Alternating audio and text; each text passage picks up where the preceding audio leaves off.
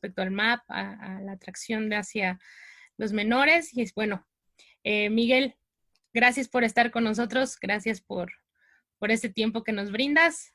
Te cedo la palabra. Pues nada, gracias también a vosotros por invitarme a participar de esto, a poder compartir este tema. Os voy a compartir pantalla para así poder acompañar lo que yo vaya diciendo. Entonces, hoy vamos a hablar del tema de la pedofilia. La pedofilia o paidofilia, que está mejor dicho paidofilia, pero la gente habitualmente la llama pedofilia, tiene que ver con la atracción sexual de una persona adulta hacia cualquier tipo de menor. O sea, puede ser que solamente se dedique a menores del otro sexo, a menores del mismo sexo o que de una forma indistinta. O sea, que realmente le atraigan cualquier tipo de menor, ya sea niño o niña. Entonces, como os comentaba Cecia, yo formo parte de la Asociación de Psicólogos Cristianos. Somos una plataforma de psicólogos que, bueno, nuestro interés es poder unir tres aspectos. Es profesión, fe y compromiso social, o sea, ser de utilidad para la Iglesia, para nuestra sociedad. Entonces, en cuanto a mí, pues soy psicólogo, también sí soy coach, tengo el máster en psicopatología legal, forense y criminológica. Por tanto, estos aspectos así más donde la psicología se une con la delincuencia o con el aspecto legal es cuando ahí estamos más actuando, ¿no? El psicólogo forense. Actualmente presido la Asociación de Psicólogos Cristianos. Hasta finales del año pasado presidía una asociación análoga en España. Entonces, bueno, tengo bastante experiencia en temas, sobre todo de educación afectivo-sexual. Creo que es algo importante hacerlo con los adolescentes. No, realmente informándoles, no desinformándoles, que a veces es lo que ocurre cuando reciben cierto tipo de charlas en el colegio. Y además estoy colaborando con una asociación en España que se llama Los Niños Son Intocables, que trabaja temas de bullying, temas de abuso. Entonces, pues yo creo que nos irá bien poder compartir del tema y incluso al final, después de la exposición, que podamos compartir preguntas, respuestas, si va a lo mejor a poder salir algún caso particular, en todo caso, pues cortamos la grabación, pero abordamos esos temas, ¿de acuerdo? Entonces, el tema de la paidofilia o de la pedofilia sigue estando presente en los manuales diagnósticos de la psicología, en el DSM-5, que sería la última edición del manual diagnóstico que se edita desde la APA. Y ahí dice que la pedofilia puede manifestarse con fantasías, deseos o comportamientos sexuales. La cuestión es que es importante diferenciar lo que son los deseos y las fantasías del comportamiento sexual. ¿Por qué? Porque cuando hablamos de pedofilia hablamos de fantasías, hablamos de deseos, pero no hablamos de la perpetración de esas fantasías o deseos. Entonces, en todo caso, ahí estaríamos hablando de la pederastia. ¿Sí? Entonces, debemos diferenciar entre los dos primeros puntos que son propios de la pedofilia con el último punto, el punto del comportamiento sexual ya materializado. Ahí estamos hablando del tema de la pederastia.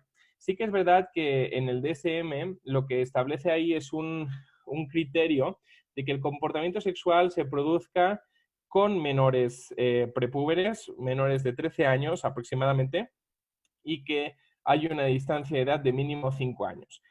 Estas cuestiones realmente ni siquiera son psicológicas. Ahí estamos hablando de una cuestión puramente más bien legal, ¿no? Entonces, yo ahí no le daría, no observaría ese punto, el punto del tema de la edad, de la diferencia de edad, básicamente porque, bueno, la cuestión es que la APA parte de una definición de sexualidad que está de alguna forma equivocada. O sea, ahí en esa definición del DSM no está protegiendo a los adolescentes, ¿no? En todo caso, solamente está protegiendo a lo que serían los niños, los prepúberes. Y esto proviene de una definición errónea por parte de la Organización Mundial de la Salud en cuanto a la sexualidad. Hizo en 2006 una definición tan amplia que es difícil no permitirlo todo con esa definición, porque realmente no pone límites, ¿vale? Habla de, cuando toca el tema de que incluye orientación sexual, incluye el placer, bueno, es que no pone límites, solamente está hablando de que realmente está poniendo el deseo sexual por encima de los valores, por encima incluso del concepto de salud relacional, ¿no? Entonces, ahí no está incluyendo el límite, por ejemplo, de la pedofilia o de la efebofilia, que sería el tema de poder, de que un adulto con una diferencia de edad considerable tenga relaciones sexuales con un adolescente, o de la hebefilia, que es otra parafilia, otro gusto extraño, por decirlo así, de aquellos adultos que lo que buscan son cuerpos que parezcan menores de edad, aunque no sean menores de edad, ¿no? Entonces, no pone límites, solamente establece lo que es la sexualidad en su más amplio rango. Eso en la primera parte de la definición, cuando dice un aspecto central del ser humano. Y después lo que nos habla en la segunda parte de la definición es que esta sexualidad está influenciada por factores biológicos, psicológicos, sociales, económicos, culturales, etc. Entonces ahí realmente no está diciendo ni que sean buenos ni que sean malos. En todo caso, este tipo de definición se utiliza para situar la cultura o la sociedad como un factor que cohíbe, un factor que lo que hace es reprimir la sexualidad y que se debe romper, ¿no? O se debe modificar a través del lenguaje, a través de los valores, etcétera. Esta definición sitúa el sexo por encima del amor y además sitúa la experiencia por encima de la sexualidad, donde cabría todo. Todo vale si te hace feliz, ¿no? Entonces, realmente no penaliza, no limita y no establece lo que sería tampoco ni siquiera una sexualidad sana, solamente establece los factores que influyen en la sexualidad. Vamos a ir viendo. Esto obviamente es de largo recorrido. Esta definición es el fruto de un trabajo muy fuerte por parte de ciertos grupos de presión social y político. Nos hallamos ante un cambio de paradigma sexual. Estábamos en un paradigma sexual básicamente en la cultura occidental acotado y bien encuadrado en los valores cristianos. Ahora los valores cristianos se han desprendido de las leyes y de los conceptos sociales de la sexualidad y de todos estos temas, de forma que pues es difícil poder definir la sexualidad o una sexualidad sana sin valores o sin esos acotamientos, y entonces todo vale. O sea, la máxima actual es el love is love, el amor es amor y lo tienes que aceptar y lo tienes que respetar, ¿no? Y incluso además, más que respetar, casi aplaudir, ¿no? Decir, oye, qué bien, qué bueno que estas dos personas se amen, ¿no? Sin ningún tipo de limitación. La última frontera en el tema de la sexualidad es el tema de la generación, o sea, el tema de permitir las relaciones intergeneracionales. Este es un debate, obviamente, que no es natural. La sociedad nunca ha tenido ese debate, pero sí que es un debate que está creado y planificado con el objetivo de despenalizar. Despenalizar lo que es la pedofilia, despenalizar lo que es de alguna forma también el abuso sexual infantil. ¿Por qué? Porque cuando hablamos de pedofilia y hablamos de relaciones entre adultos y menores, algunos incluso llegarían a pensar, bueno, pero si el menor consiente, la cuestión es que es muy fácil que el menor sea manipulado y consienta la relación sexual. Por tanto, eso no quita que se esté produciendo ahí realmente un abuso sexual. Estamos en un concepto, en un paradigma de la sexualidad muy marcado por la pornografía. Una pornografía que además permite todo, ¿no? O sea, hay pornografía de todos los estilos y de todos los gustos. Hay de pedofilia, hay de zoofilia y de todo lo que uno desee o busque.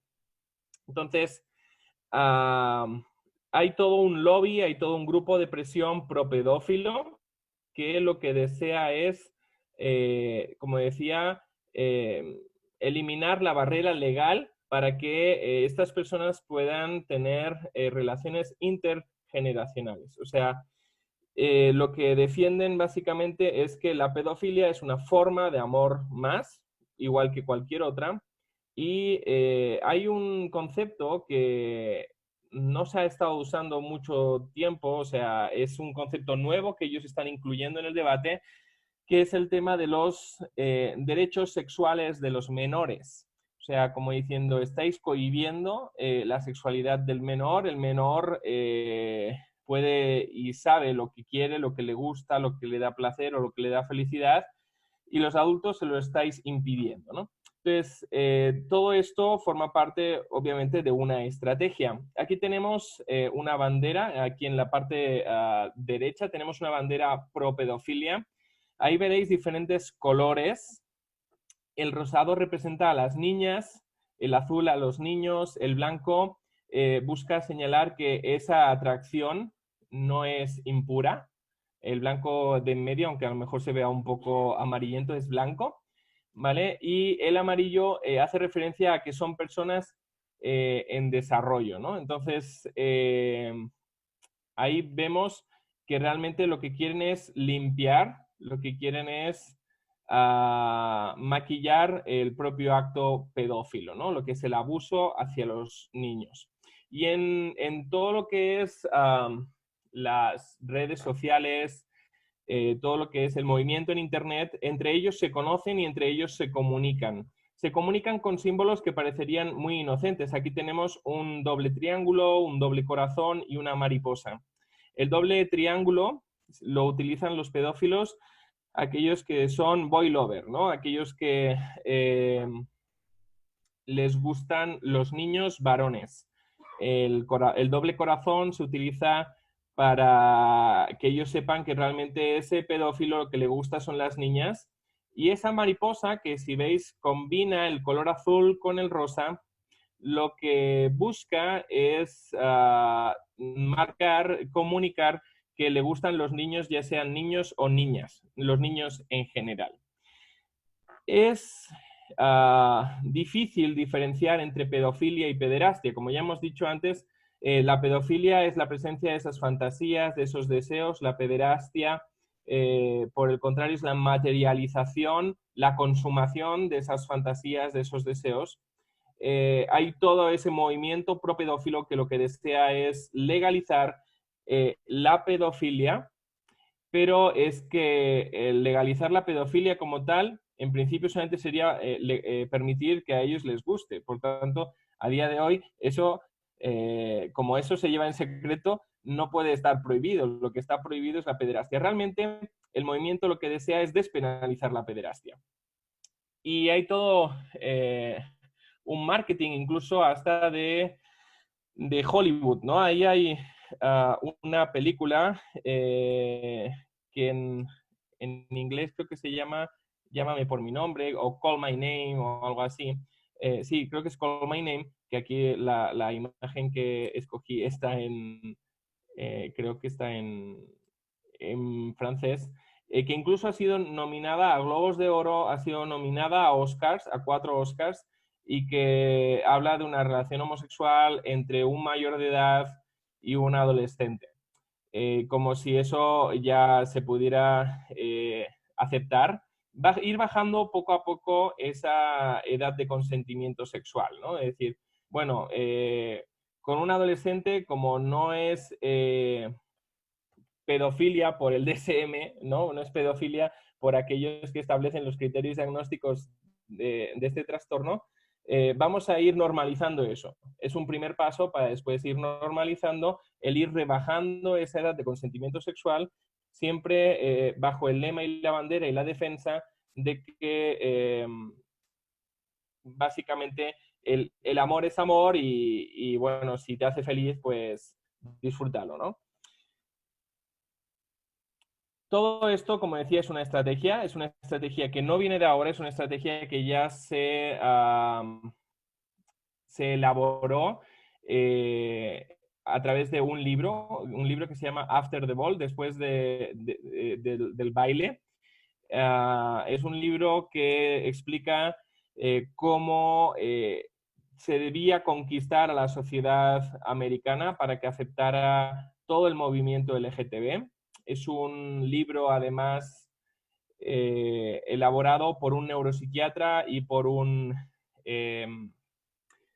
alguien que estaba dedicado al marketing. El neuropsiquiatra es Marshall Kirk, el marketingiano este es Hunter Madsen. Se escribió en 1991, o sea que no es algo muy lejano, es una estrategia que se elaboró en nuestra época reciente y que si pudiéramos realmente analizar el libro, que ahora no tenemos tiempo, en detalle veríamos que todo ese plan se ha ido llevando a cabo, de forma que ya la última frontera que le queda a ese plan elaborado en ese libro por cumplir es el tema de la pedofilia. En la página 64 de este libro dice: toda moralidad sexual debe ser abolida. Por tanto, la última frontera que queda así como moralidad sexual dentro de lo que es la sociedad, el único límite que se pone a la sexualidad es la pedofilia. Esa es la última barrera que el movimiento político desea totalmente eliminar. En la página 186 dice: con el tiempo, o sea, como algo paulatino, en plan, no os preocupéis, vamos a ir paso a paso. Con el tiempo no vemos ninguna razón por la cual no se deba introducir más y más diversidad en la imagen proyectada, es decir, drag queens, pedófilos, etc. Y habla de la pedofilia, o sea, habla como un plan a futuro.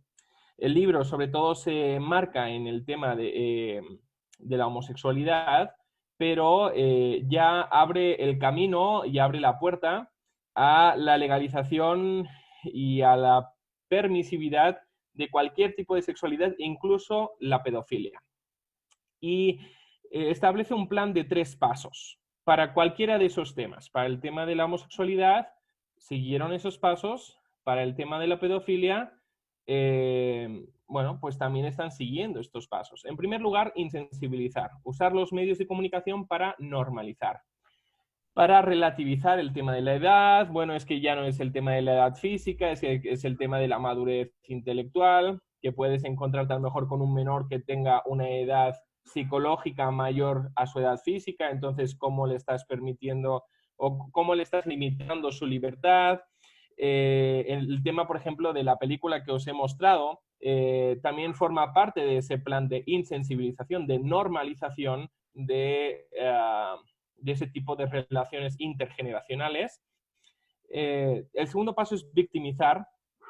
La victimización pasa por algo muy sencillo y es siempre convertir la orientación en condición para su despenalización. O sea, convertimos, la orientación es algo que puedes de alguna forma, digamos, si quieres, modificar. Entonces, convirtamos la orientación en condición. No es que yo me hago, es que yo he nacido así. Por tanto, ¿qué culpa tengo yo de haber nacido así? Y eso lo que ayuda es a ver con otros ojos al pedófilo, convirtiendo su orientación en una condición de nacimiento. Y al mirarlo con otros ojos, favorecemos la despenalización de su comportamiento. Hay un tercer paso también, que es el tema de satanizar al adversario, o sea, de ver al adversario, a aquel que piensa diferente, al pensamiento disidente, mostrarlo como si fuera Satanás, ¿no? Básicamente desacreditando lo que ellos digan, creando estudios científicos a medida para que digan lo que ellos quieren que digan, ¿vale? En este caso, pues pueden querer decir que se nace, no que se hace o que se pueda cambiar. Después, lo que han popularizado para satanizar al adversario es el concepto fóbico, que es un concepto mal concebido, porque la fobia es miedo, y la cuestión no es miedo, no tiene nada que ver con el miedo. Han cambiado el significado de la palabra fobia a odio, ¿no? Entonces, así también lo que han hecho es culpabilizar al adversario, que casi siempre son los cristianos, o aquellos que tengan valores de ese calibre, culpabilizarlo de los suicidios, de todo aquello que pueda ocurrirles, ¿sí? Si un pedófilo se siente juzgado y se suicida, no será culpa de él, sino que la culpa social se dirigirá hacia el adversario. Y lo que también hacen para satanizar al adversario es asociar el hecho de moral al fanatismo o al odio, ¿no? Como si la moral fuera algo negativo, algo que destruye la sociedad y que mina la libertad de las personas. Hay todo un movimiento pro pedofilia, hay charlas realmente extensas en las... conocéis todos las charlas TED, TEDx, TEDx. Bueno, pues en Alemania ya ha habido varias charlas sobre el tema de la pedofilia. Aquí tenemos a una alemana aquí en la izquierda que se llama Mirjam Heine, o como se pueda... Ah, no, esta no es la Mirjam. Sí, sí, sí que lo es. Sí, es Mirjam Heine y lo que habla es, no habla de un trastorno, sino no habla de una orientación sexual. O sea, la pedofilia la están convirtiendo no en un trastorno, sino que quieren cambiarlo en una orientación sexual. Y aquí a la derecha también tenemos otra psicóloga que se llama Madeleine van der Brugger y ella también defiende esa misma postura. O sea, están promoviendo un cambio en el paradigma social, en el entendimiento, en cómo la sociedad ve, observa y valora la pedofilia. La pedofilia es algo que abunda más de lo que consideramos, ¿vale? El DSM establece que en torno a un 3 a 5% de la población masculina sentiría atracción sexual hacia los menores. Más del 90% de los pedófilos serían hombres. Un gran número de ellos, además, consume contenido pornográfico infantil. Eso forma parte de la escalada. O sea, a veces el pedófilo simplemente se siente atraído al ver a niños por la calle, pero al final, ¿qué sucede? Que en una sociedad tan pornográfica como la que vivimos, y pornográfica porque no hace falta entrar en páginas web pornográficas para ver cosas que son de carácter pornográfico, en cierto tipo de imágenes que salen en películas que son de público general o cosas así, ¿no? Entonces, un gran número de ellos consume pornografía infantil. Eso forma parte de su escalada en cuanto a la consumación del abuso sexual. O sea, primero ven a niños, les gusta, después pueden consumir pornografía y es difícil decir que van a consumir pornografía pero infantil, pero se va a quedar ahí. No, o sea, al final va a haber esa tendencia a materializar esos deseos porque de alguna forma la pornografía ya simboliza esa materialización de los deseos. Cuando el pedófilo observa la pornografía, lo que hace es identificarse con el pedófilo que se observa en la escena pornográfica y entonces, bueno, eso ya forma parte de esa escalada. Si tuviéramos que mirar si hay una cierta edad en la cual se suele dar este tipo de atracción o si depende de la clase social, etcétera, no hay ningún tipo de variación. O sea que realmente los únicos datos que podemos tener sobre la pedofilia es que sobre todo es en hombres y que rondaría la prevalencia entre un 3 y 5% de población masculina. Estamos hablando de una cifra muy importante, estamos hablando de entre 3 y 5 personas de cada 100 hombres que sentirían atracción hacia los menores.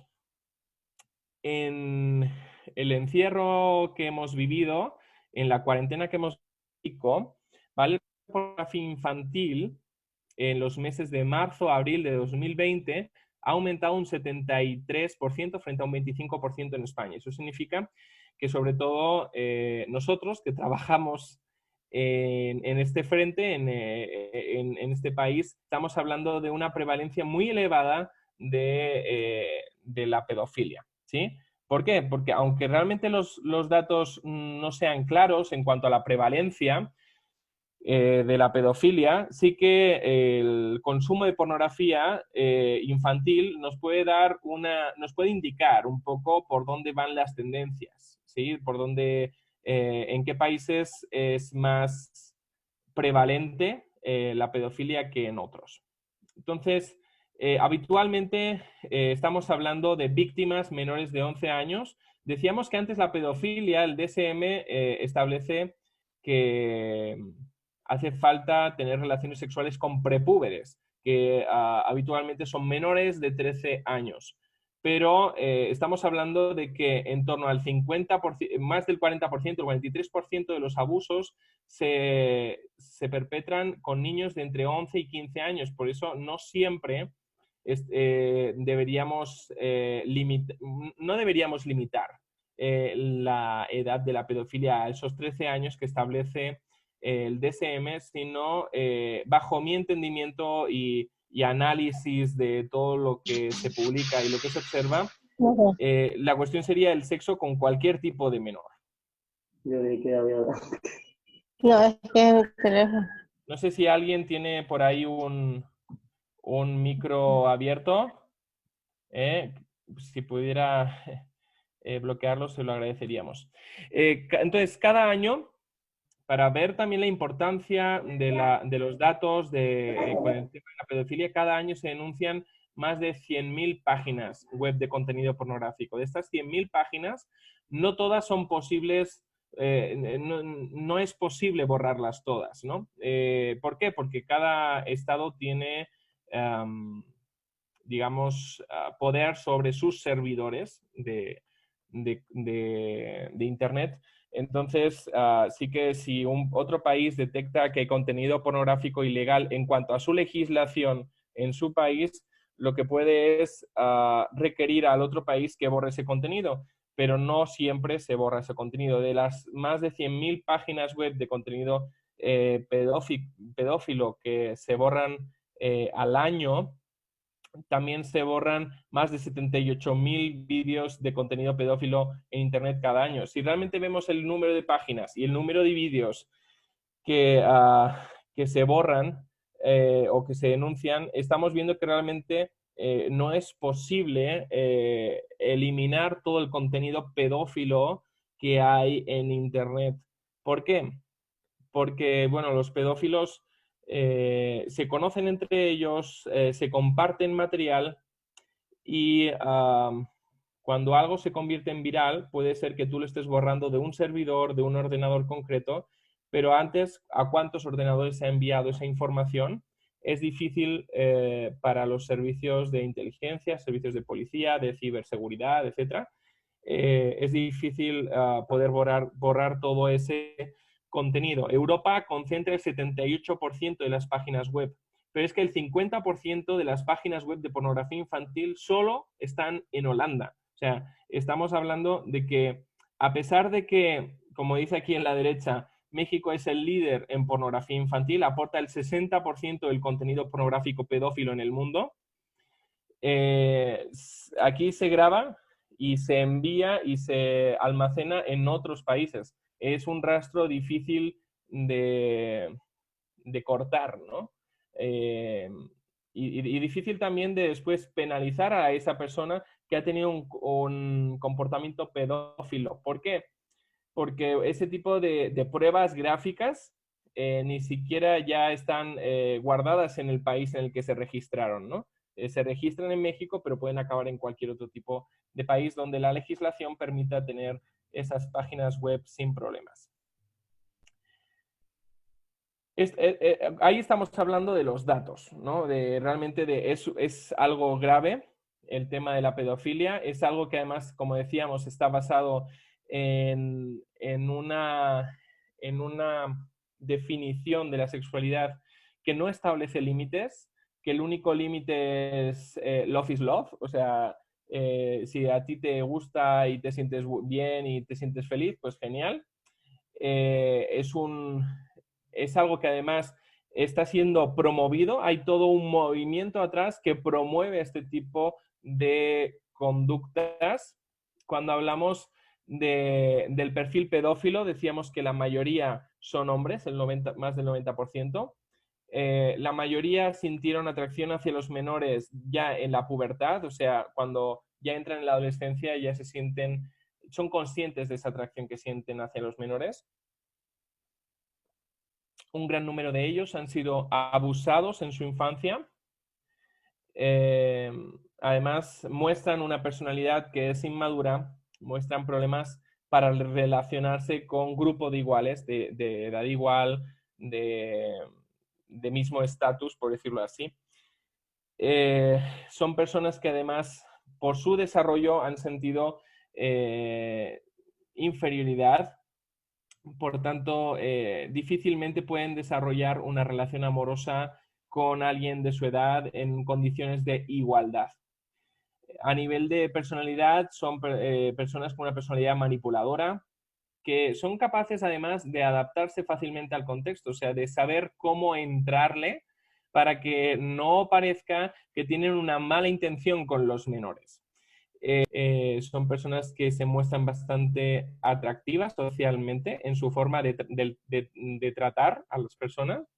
Saben también trabajar con las artes de la amenaza, del chantaje, saben cómo trabajar todo eso para hacer que su contexto haga lo que ellos quieren. O sea, todo al servicio básicamente de su orientación o desorientación sexual, más bien dicho, ¿no?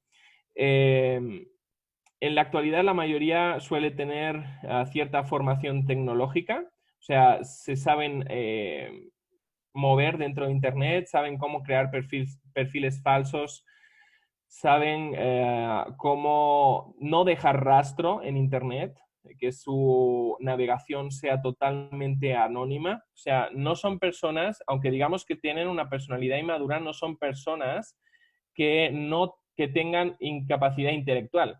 No, realmente son personas que habitualmente pueden llegar a ser muy inteligentes.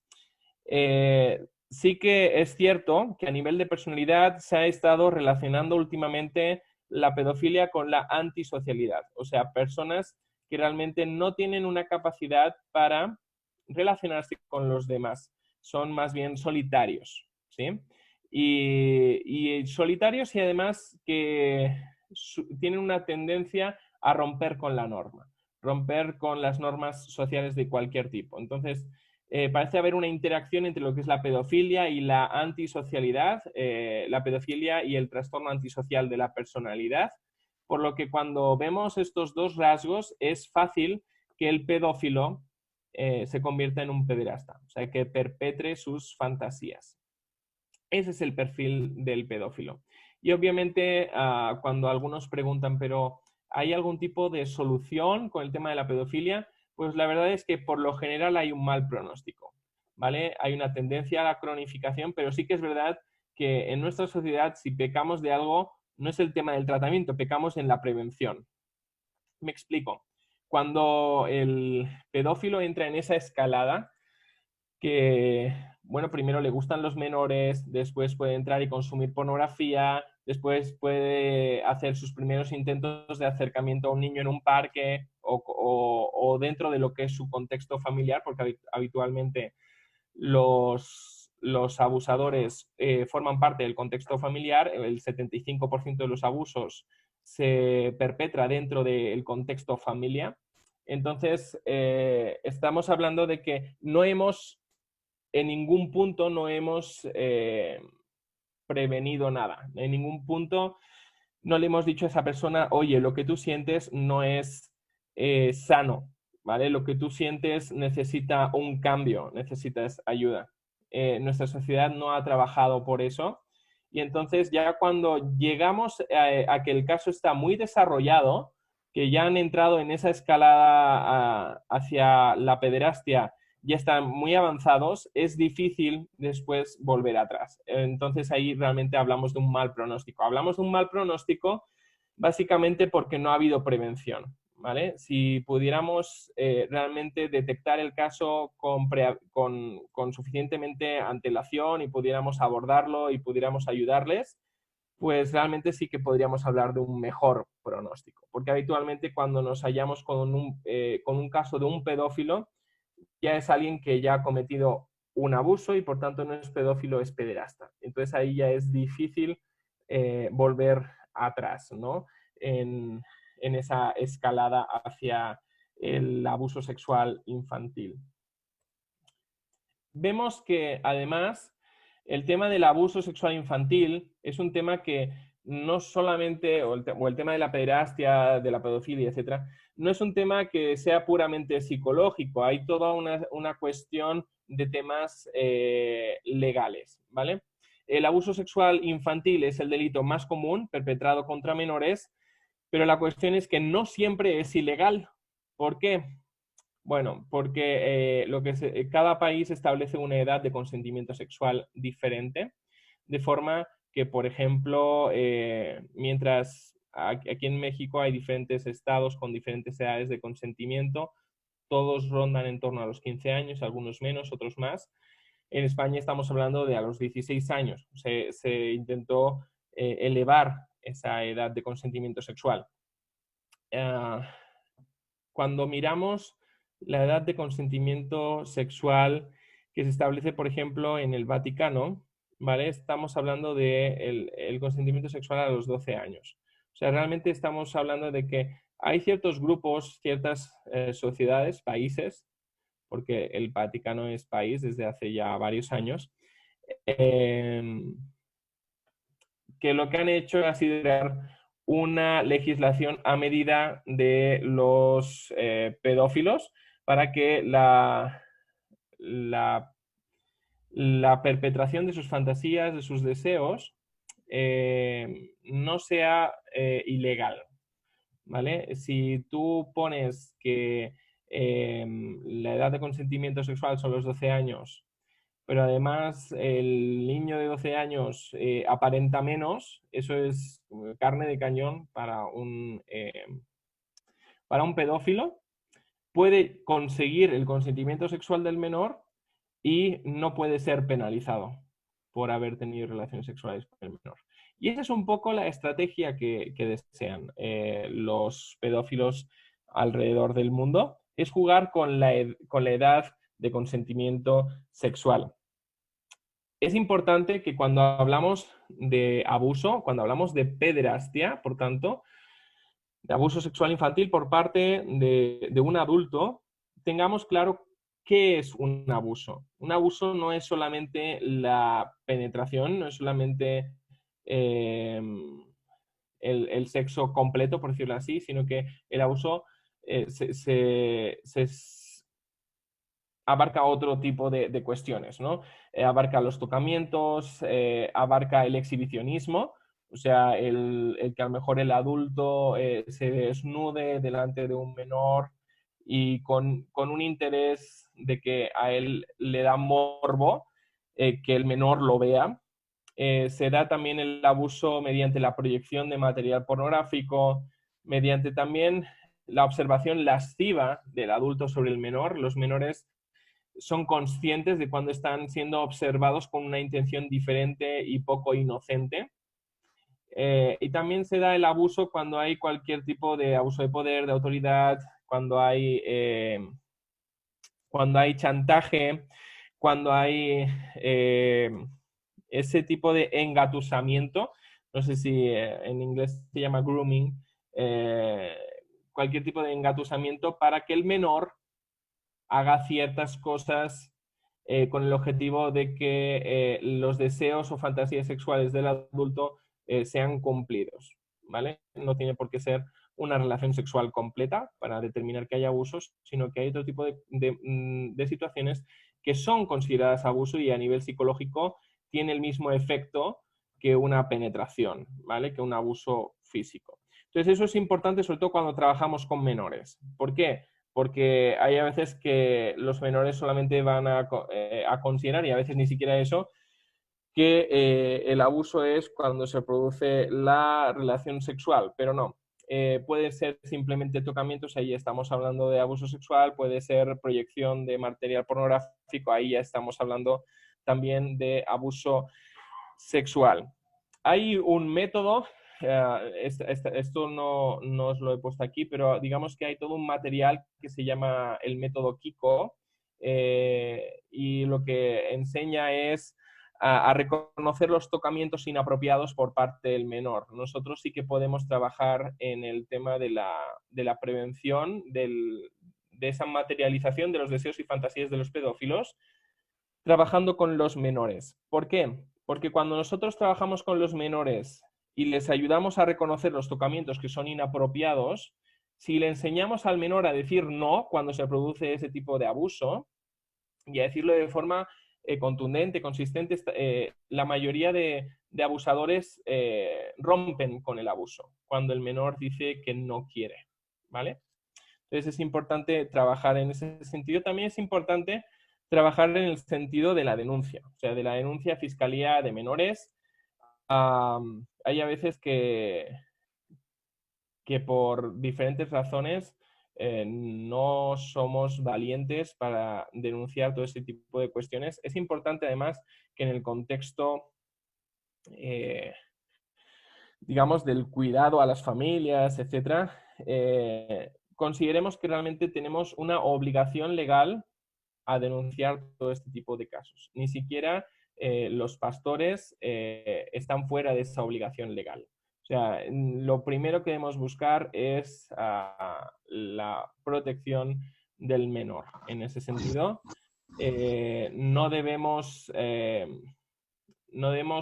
guardar a ese pedófilo, no debemos darle oportunidad a que pueda perpetrar ese abuso, ya sea con ese menor o con otros menores. Es fácil que una persona que siente esa atracción hacia los menores acabe, si no tiene oportunidad con un menor de perpetrar esas fantasías y deseos, lo acabe haciendo con otro. ¿Cómo podemos ver que alguien realmente ha sido abusado? A veces podemos detectar quién es el abusador, pero a veces no, porque como ya decía, son bastante atractivos socialmente, o sea, saben cómo tratar a las personas. Pero entonces a veces sí que lo que podemos detectar es el menor abusado. O sea, que por parte del menor podemos detectar al pedófilo pederasta. Básicamente cuando vemos conducta sexualizada en niños. A mí, por ejemplo, me ha ocurrido observar en algunos contextos niños que van tocando por encima de la ropa los genitales de los adultos, ¿vale? Eso es una conducta sexualizada en niños y no es normal. Entonces, cuando vemos ese tipo de conductas, estamos muy fácilmente frente a un tema de abuso. También podemos ver otro tipo de disfunciones en cuanto a la forma de tratar a los amigos, a los compañeros de clase o cosas así. Y la cuestión es que los efectos pueden ser mucho mayores, pero ¿cómo realmente podemos detectar todo esto? Básicamente en el aspecto relacional, ¿vale? ¿Cómo se relacionan con las personas del mismo sexo o de otro sexo, ¿no? Si existe una disfunción en ese sentido, si vemos a lo mejor un carácter de tipo depresivo, puede ser que estemos ante un caso de abuso sexual. También puede ser que no sea abuso sexual, que sea abuso físico, ¿vale? Ahí los síntomas no son muy claros y a veces pues se nos pueden confundir. Como sociedad debemos luchar contra todo este movimiento de legalización de la pedofilia, porque legalizar la pedofilia, no nos engañemos, acabará siendo legalizar la pederastia, ¿vale? Al final la diferencia no es tan grande. Lo que busca, por tanto, es para que no sea ilegal su conducta, la conducta pedófila, lo que buscan es legalizar la pedofilia, eliminando también edades o rebajando edades de consentimiento sexual. Los pedófilos están luchando, al igual que el colectivo LGTB, de eliminar de la lista de trastornos mentales de la Organización Mundial de la Salud todo lo que tenga que ver con la pedofilia.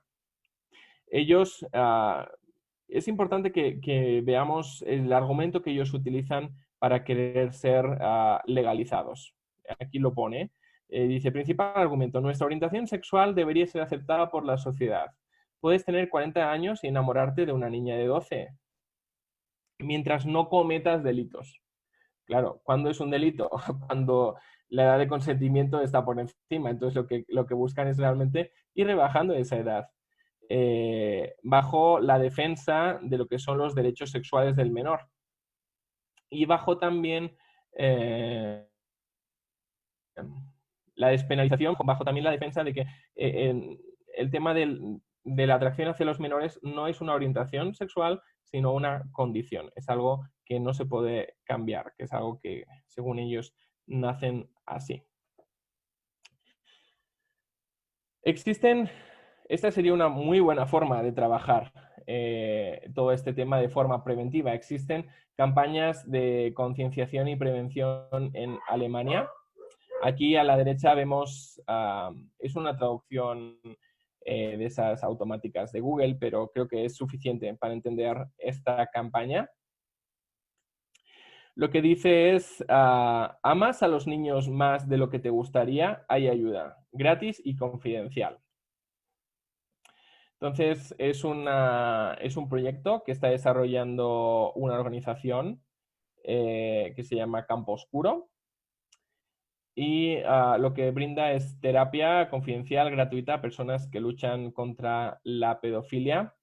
Estos carteles están puestos pues, en paradas del bus, en televisión. O sea, son personas que, como todavía no han entrado en esa escalada de perpetrar esos deseos, fantasías, no se han convertido todavía en pederastas y todavía son capaces de sentir un cierto malestar por su atracción hacia los menores, cuando se les brinda esa ayuda de forma anónima, gratuita y además se les anuncia, porque a veces no saben dónde buscar esa ayuda porque saben que lo que hacen está estigmatizado socialmente o lo que desean. Entonces, ahí hay una puerta abierta hacia la prevención del abuso sexual infantil y hacia el tratamiento y cambio de las personas pedófilas. Sí que es verdad, cuando hablamos de tratamiento, no podemos eliminar la responsabilidad. Que una persona quiere cambiar no significa que si ha cometido un delito no tenga que ir a la cárcel y pagar por ese delito. ¿Vale? Cuando hablamos también de tratamiento, entonces lo que vamos a tener que cambiar son los referentes pasados de afecto, de atención y afirmación, habitualmente los padres que no han sabido ellos, digamos, con esa atención, afirmación y afecto de los padres, a veces porque no lo ha habido, no han sabido construir un verdadero significado de amor y amistad. Por tanto, reconstruir todo eso que no fue construido bien desde su niñez es crear otros referentes, crear otras relaciones que sean sanas y que puedan sustituir esos referentes inadecuados del pasado. Es importante eliminar esquemas mentales, sobre todo los esquemas que se han elaborado a partir de contenido pornográfico. La pornografía queda en el cerebro, esas imágenes quedan en el cerebro, traumatizan, condicionan, además transforman, moldean el cerebro, por tanto es a veces difícil trabajar con todo eso. Decíamos que gran parte de los pedófilos habían sido niños abusados en su infancia, por tanto, parte del tratamiento del pedófilo es sanar las posibles experiencias traumáticas de su infancia. Hay técnicas psicológicas muy potentes en este sentido, el tema del EMDR, de la estimulación bilateral. Está bien demostrado que en pocas sesiones podemos reducir la ansiedad que produce el trauma. No importa que sea un trauma que haya tenido lugar hace años, no pasa nada, es algo que se puede trabajar y que es además muy eficaz, esa técnica es muy eficaz. Ayudarles a distinguir también, es importante ayudarles a distinguir entre amor, aprecio y pasión o morbo, ¿vale? Hay a veces que en esta sociedad no se sabe diferenciar entre apreciar y amar, son dos cosas diferentes. Tú puedes admirar. Quiero también deciros que no siempre el tratamiento es igual de eficaz. Hay a veces que depende de los anclajes pasados, o sea, de esos recuerdos, aprendizajes que han quedado bien afianzados, aunque sean malos aprendizajes, han quedado muy afianzados en el pasado y a veces es difícil romper con ellos. También depende de la flexibilidad de la persona para establecer nuevas relaciones que sanen las anteriores o para establecer cualquier tipo de cambio. Y también a veces lo que puede dificultar el tratamiento, el resultado, es que la respuesta que pueda obtener de su entorno. A pesar de que la persona pueda cambiar, si su entorno sigue viendo al pedófilo como un pedófilo, va a ser difícil que el pedófilo pueda terminar su transformación, ¿no? De abandonar esa atracción hacia los menores. ¿Qué podemos hacer si nos encontramos ante un caso? Primero, romper el tabú. O sea, es importante leer, formarse, hablar. Esta charla es una pequeña forma de empezar a trabajar todo eso, empezar a entender de qué estamos hablando, pero hay mucho más contenido para poder leer. Si algunos saben inglés, después de esta charla les puedo pasar un manual en inglés para que puedan leer un poco más acerca un libro en inglés para que puedan entender un poco más acerca de lo que es la pedofilia. Es importante denunciar el caso de abuso sexual infantil, a pesar de que después la persona pedófila pederasta quiera ser tratada. En algunos casos hay personas que han confrontado, ¿no?, a la víctima con aquel supuesto abusador. Eso no es recomendable, ya os lo digo, básicamente porque hay un riesgo de revictimización y de que todavía se sienta todavía más vulnerable la víctima. Eso todavía traumatiza más a la víctima. Es importante no prejuzgar, ¿vale?, para poder realizar un acompañamiento que pueda traer una solución sobre la persona que siente esa pedofilia. Si nosotros la prejuzgamos, difícilmente la podremos reinsertar y reorientar. Y es importante también buscar atención especializada. Estábamos hablando de que esto es un caso, la pedofilia es un caso de gran envergadura, ¿no? Entonces, eso es lo que mejor podemos hacer cuando nos encontramos con un caso, pero si algo podemos hacer todavía mejor es prevenir. ¿Prevenir de qué forma? Prevenir a través de la formación con menores, por ejemplo el método Kiko, ayudarles a ver qué tipo de tocamientos son inapropiados, que los puedan reconocer y puedan decir que no quieren este tipo de tocamientos o de acercamientos. Es importante, si pudiera ser, tener ese tipo de proyectos que pudiera permitir que esos pedófilos se acercaran y buscaran ayuda cuando todavía no han consumado su fantasía y su deseo. Entonces, esas son formas importantes de trabajo. Ahora os voy a poner, para terminar, después abrimos lugar a la charla, al intercambio de visión y de historias. Os quiero mostrar un spot publicitario que se ha dado en Alemania en torno al tema de la pedofilia. Como os decía, allí hay programas de trabajo con pedófilos de forma anónima y gratuita. Entonces, es algo que es importante, sería importante desarrollar como sociedad. A veces solamente trabajamos con las víctimas, pero si no trabajamos con los posibles ofensores, con los que pueden realizar esa ofensa, nunca erradicaremos lo que es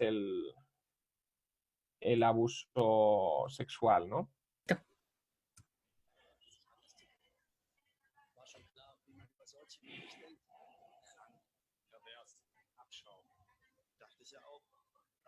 Meine Fantasien noch nie ausgelebt. Durch die Therapie habe ich gelernt, Niemand ist schuld an seiner sexuellen Neigung. Aber jeder verantwortlich für sein Verhalten. Ich will kein Täter werden. Präventive Therapie verhindert sexuellen Kindesmissbrauch. Dice, no quiero ser un delincuente, ¿no? Entonces habla de la prevención en sexualidad, en el abuso de sexual. Bueno, entonces, para terminar, hemos hablado de lo que es la pedofilia, de la diferencia que tiene con la pederastia. Hemos hablado del abuso sexual infantil, de cómo poderlo detectar, de cómo poderlo prevenir. Hemos hablado de lo que es el lobby pedófilo, pero sí que es importante diferenciar entre el lobby o ese grupo de presión que busca esa ilegalización o flexibilización de los criterios para la pedofilia, básicamente para que no sea ilegal lo que quieren hacer. De lo que son las personas que realmente no se sienten identificadas con ese lobby, no quieren legalizar nada, simplemente sienten una atracción que muchas veces pues buscan ayuda, ¿no? Y no saben dónde encontrarla. Entonces, terminando con esta idea final, sí que ya abriríamos el espacio a las preguntas, al debate. Supongo que Cecia lo puedes coordinar tú